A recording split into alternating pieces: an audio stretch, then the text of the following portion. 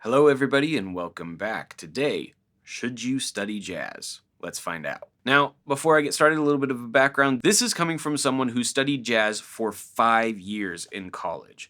I played in big bands and Dixieland bands I backed Kristen Chenoweth, and I also prefer to play just about anything other than jazz. Okay, that may not be completely true. I, like anyone else, can appreciate the greats. Ella Fitzgerald, Louis Armstrong, the Rat Pack are incredible, Etta James.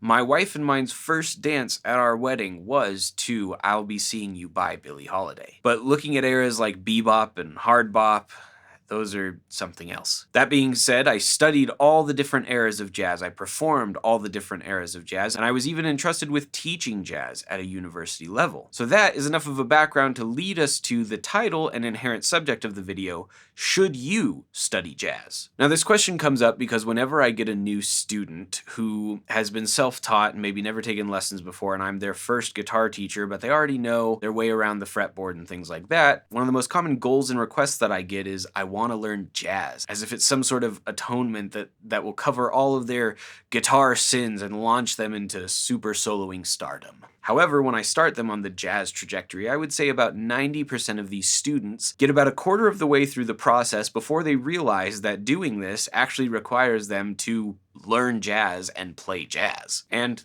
they lose interest. Maybe I'm a bad teacher. Or maybe people who play guitar really only want to play what they want to play, and jazz doesn't quite fit that bill. With all that in mind, let's talk about 3 things that jazz does for you and talk about all of their pros and cons. Number 1, jazz can accelerate your learning of your fretboard as well as music theory. The first and perhaps greatest hill that we have to conquer if we are going to learn jazz guitar is that of a whole new repertoire of scales, chords, arpeggios, and strumming patterns. This will do wonders for your knowledge of the board, note names, and will increase your overall proficiency and provide an overall fluency that may be more difficult to achieve with other genres. While other genres of music do have challenging chords occasionally, jazz inherently is flush with complicated scales, chords, and arpeggios and things. And with all of this, jazz becomes a vehicle to get you from your pentatonic scale to a mastery of the fretboard that's unlike any other genre or curriculum that exists thus far. However, it is a vehicle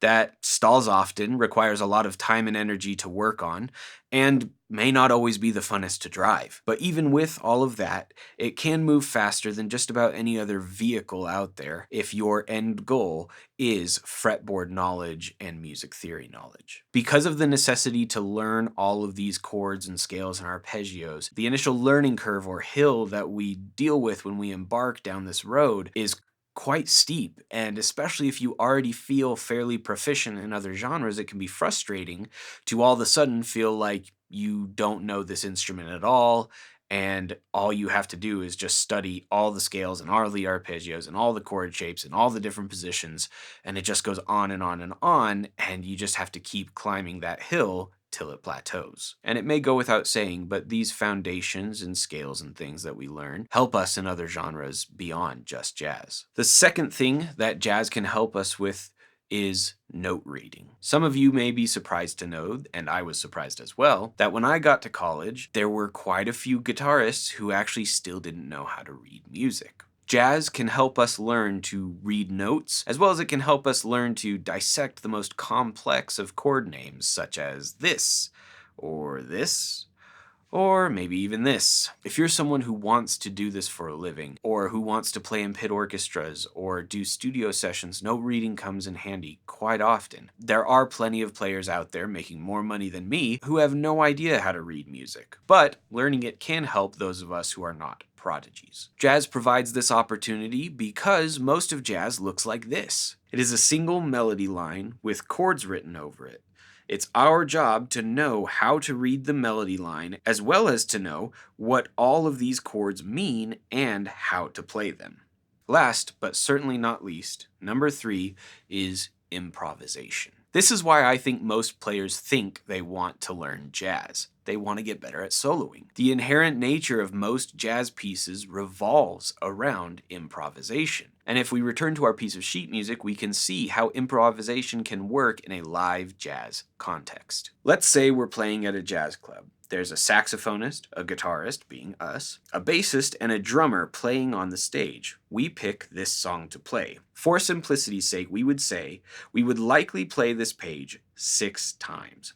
On the first playthrough, the sax player would play the melody or written notes. The guitarist or bassist would outline the chords, guitar mostly playing multiple notes at once, using block chords or rhythmic stabs, and the bassist would be outlining the chords using scales or arpeggios that work with each chord in a walking bass manner. The drummer would be keeping time in a typical swing pattern while helping us transition between different sections. After we played through this melody once, we would play through the whole chart 4 more times, 1 for each person to take a solo on. Then, after all the solos, the horn player would come back in with the melody, and we'd play it 1 more time to finish the tune out. For all the chordal complexity that exists in jazz, its structure is what makes it easy to learn on. We have ample opportunity to play the same song over and over again, and to practice different chord shapes, different improvisation techniques, and to grow each time we play a tune. And while most jazz licks that we may learn probably won't work in our